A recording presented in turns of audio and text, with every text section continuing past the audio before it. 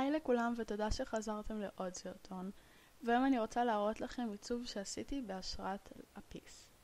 אני עוברת למחזק ציפורניים שלי מלייב ועוברת ללק תכלת 352 שגם הוא מלייב, וזוהי שכבת הבסיס שלי. הוא יוצר אחידות לאחר שתי שכבות וזו כבר השכבה השנייה.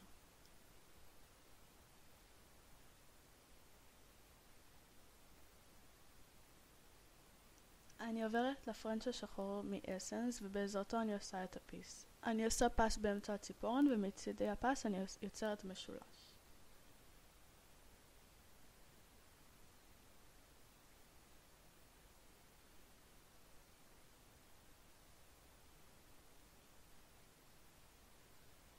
לאחר מכן אני עוברת למברשות שלי וללק השחור שלי שהוא 393 של וואו.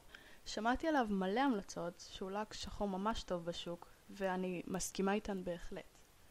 אני ממלאה בעזרת המברשת שלי את המשולש. אפשר גם כן להשתמש במברשת שבאה עם הבקבוק לק, אבל יותר נוח לי מברשת שלי. לסיום אני מורחת טופ קוט של אסנס, וזה היה כל העיצוב שלי, מקווה שאהבתם. ביי!